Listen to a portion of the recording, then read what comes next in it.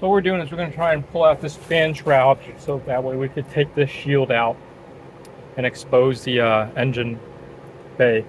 Now on this fan shroud there's a shaft, center shaft, and there's a metallic kind of like a, I don't know how you describe that, but there's a metallic base to which the plastic shroud is well, the blades are attached to.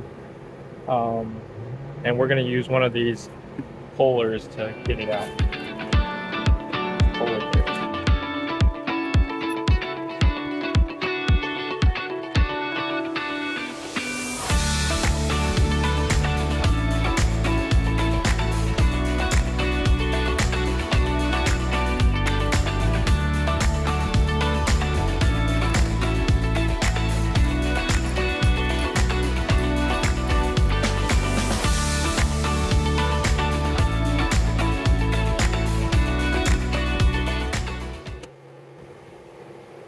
Yeah, you gotta have the right tools, otherwise I'll never get this out.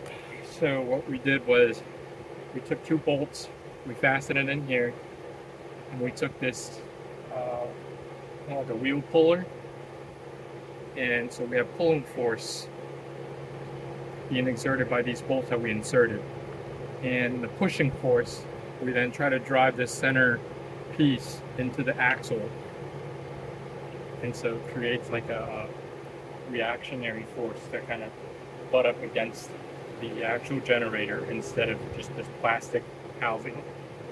So that's one method of getting this out.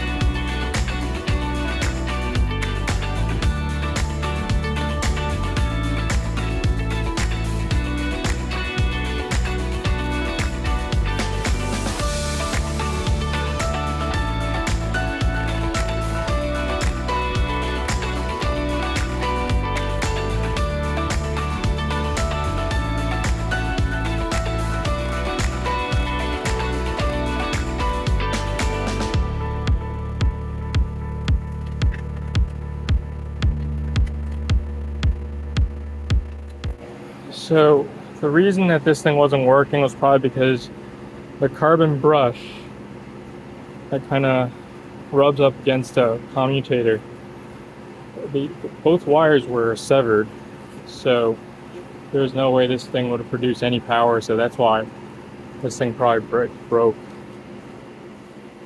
But you know, hindsight is 20/20, so come this far, we're not going to put it back together now. So I'm just gonna take out the generator, what we can of it, and salvage it at the scrapyard. But the engine only has like 10 hours of use on it, so I'm gonna see if we could somehow save what's good of the engine.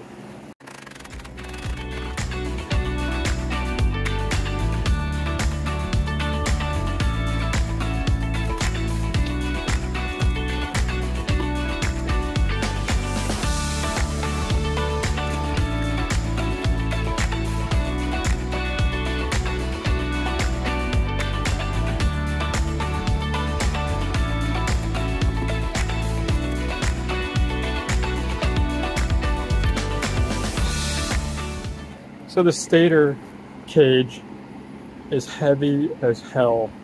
There's just laminated steel plates and copper, so it's not light.